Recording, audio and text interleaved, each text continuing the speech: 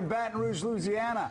The former governor of Louisiana, Buddy Roemer. Governor, right. You're thinking about throwing your hat in the ring for president. Why? I am. I'm humble and nervous about it. I admit that. But I'm going to announce the formation of an exploratory committee today. I'm going to go to Iowa over the weekend, then New Hampshire and South Carolina, and start making my case that the politics is corrupt in Washington, D.C. I call it institutional corruption. There's a fundraiser every night, and congressmen about to retire are up for auction for some lobbyist job. America's hurting, and Washington's a boomtown. Something's wrong with that. I spent 20 years in business. I built a bank, a great bank, one good loan at a time. We didn't take any federal bailout money, and we've been profitable all during this recession. I'm going to limit the contribution to individuals only, $100 maximum total for the campaign, just like I was running for governor 25 years ago and beat the corrupt Edwin Edwards in Louisiana politics. Well, that's not easy to do. I mean, to beat Edwin it's not Edwards easy to do. I was lucky. I mean, I had a lot of things going for me. Yeah. The courage of not having to face a convicted corruption. Felon like Edwin Edwards. You had that going for you. That was good. But Edwin Edwards, though, he was a tough candidate to beat, and you ran a clean government campaign against him. It worked there.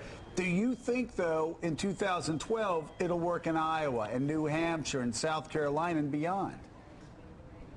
Well, that's what the exploration is about. I think it will. I think the average person is hurting. And I think that they see in Washington action that doesn't make sense. You do a financial reform bill, guys, and it doesn't break up banks too big to fail. Why is that? That's for sure. You do a financial...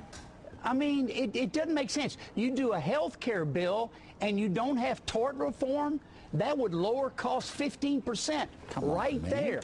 You do a health care bill and you don't make the pharmaceutical companies discount their prices. You do a health care bill and you don't put insurance companies under the Sherman Antitrust Act. This doesn't make sense. And here's going to be my message. I think the president needs to be free to lead. Free to lead. One of your commentators, and I've enjoyed your show this morning. Oh, thank you. One of your commentators says the job of the president is to lead. Well, our presidents are no longer free. They're out for the money. They have to raise $1 billion to run for office. So how do you do this? Right, Wait, and we're going to try to change it. Well, how do you do that, though? I mean, you're talking about the billions of dollars that are being raised to run for president. How are you going to break through? How are you going to raise the money? How is this possible? It's like I always did. One voter at a time with a contract that will have real change in Washington. And the most important change is the money. The average person, guys, does not feel connected to what this nation's doing. It's a great nation, and we can compete again, and we can have a decent foreign policy without sending our Marines on oil duty. These are things that only come from people working together under a leader who's free to act. And you look at a 2,300-page health care bill, you look at an 1,800-page financial report bill, and you don't even break up too big to fail? What's wrong with that picture? How will I do it? I'm going to explore the proposition in New Hampshire, South Carolina, Iowa, and other states of having plain people, common people, small business people, working people contribute the max, and they're at the top of the list. That's $100 for me. Look, there are 310 million Americans. If you got 1 million Americans, that's 1 out of 310 to give you $100, that's $100 million, and you can run a primary account. All right. Watch it happen. Willie. Hey, Governor, it's Willie Geist here. I say this with all good to see you this morning. I say this with complete respect, and I hope you take it that way. But I think a lot of people heard the news last night or this morning that that Buddy Roemer was thinking about running for president, and outside the state lines of Louisiana perhaps said, who? So to Tamika's point, the winner of the 2008 election raised $750 million, Barack Obama. So nobody thought he could win either. Sir, and how would you be able to do that? Yeah. You're making my point. Barack Obama raised $250 million from names he didn't even report in his filing. It was under $250. Here's my rule. $100, no PAC money, just like I was in Congress. I took no PAC money. I took money only from my district. $100 maximum, no organization money, no PAC money. Each person who gives will have their name and address reported in my file. This is a new way to do it. I've done it this way all my life. I'd like to show America how to set the president free.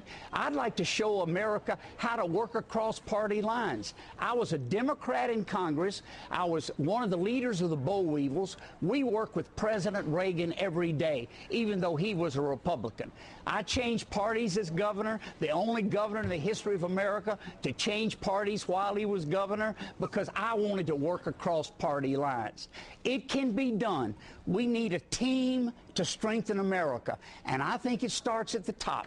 I can't pass a law to tell Congress what to do, but I can lead by example. Here's my example. $100 from individuals who are American citizens with every name reported. No exceptions. All right. You've had the chance to spread the word here. Buddy Roemer, thank you very much. Good luck, sir. Coming up on Morning Joe. Good luck, Thanks, Governor. Standing by in Morning Joe. You know, speaking of Edwin Edwards, one of my favorite bumper stickers ever was when he was running against David Duke. Remember the bumper sticker? Yeah. Vote for the criminal. It's important. Vote for the crook. It's important. Yeah. Edwin Edwards. That was his edge. That was his edge. Crook. Yeah, no. He's coming Not a now. bad guy. Not a bad guy. That's fascinating. We're going to see some more people like Buddy Roemer come out, and you never know what's going to happen. Jimmy Carter, 1976. Barack Obama, 2008. These interesting times.